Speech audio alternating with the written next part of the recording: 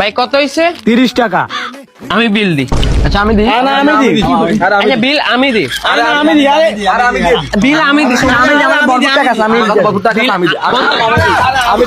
আরে আমি দিতেছি তো, সমস্যা নাই, দিই আমি দিই। আরে আমি দিই না।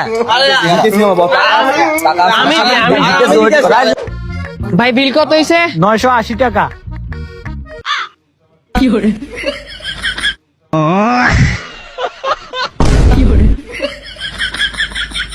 আমি বাইরে যেতে পারবো, কল দিস।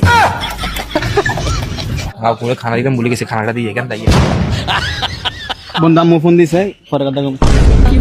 বন্ধু আমার ঘরে আমার আম্মু নেই, ঠিক আছে, মুরগি আসলে খাওয়ান দিতে হইব, যাই।